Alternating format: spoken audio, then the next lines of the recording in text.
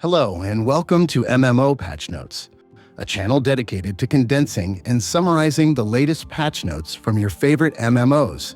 My tiny little nip-nips are hard as a rock from this chilly winter wind beating against them, but my posterior region is keeping me nice and toasty from all of the hot gas leaking out of it.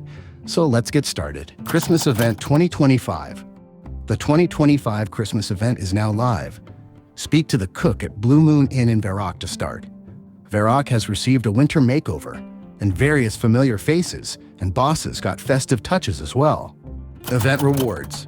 Earn the beer belly sweater, lovely jubbly bib, Christmas dinner platter, and novelty Christmas mug. The highlight is the Jad Christmas Jumper, designed by player Pokemon Reb from Reddit, who won the community design competition. The jumper pairs perfectly with Jad slippers and Jad plush. Claim rewards from previous Christmas events by speaking with Diango and Drainer after completing this year's event. Christmas livestream happens December 11th at 4 p.m. UTC on Twitch, featuring a festive pub crawl, parade, and sailing adventure. Meet at Blue Moon Inn on World 520 wearing your best Christmas fashion scape. Sailing fixes and tweaks. Last week's hot fixes included increased active shipwrecks at salvaging hotspots, restored XP from sorting salvage, improved salvaging speed from 5 ticks to 4 ticks, and reduced crewmate XP modifiers.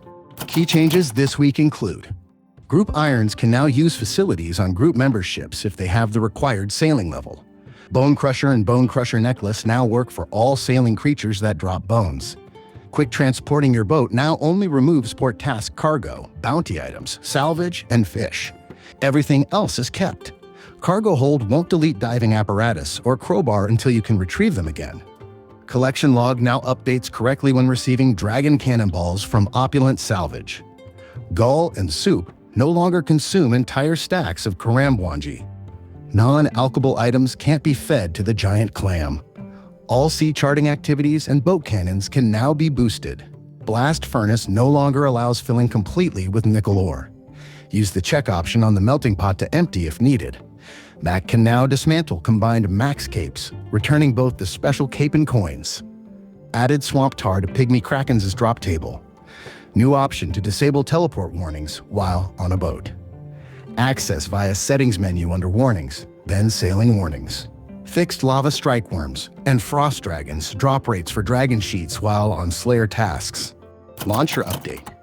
Installing the Jagex Launcher on PC no longer requires admin permissions, making installation easier on shared or restricted devices.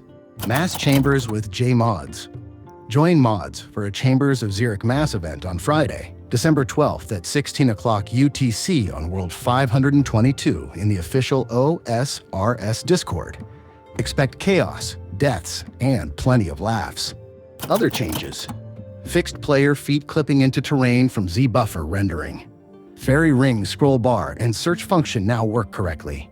Search box automatically opens when interacting with fairy rings. Fixed Juna's chat head appearing instead of yours during certain story dialogues. PvP World Rota and World changes. The PvP Rota has moved to Period A, with a host of world changes to accommodate. That concludes the December 10th patch notes. Check the video description for a link to the official patch notes covered in today's video. For more MMO patch notes and latest news, please consider subscribing to the channel.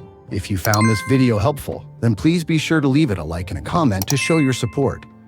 Thank you so much for watching this video, and I hope to see you again with the next patch release.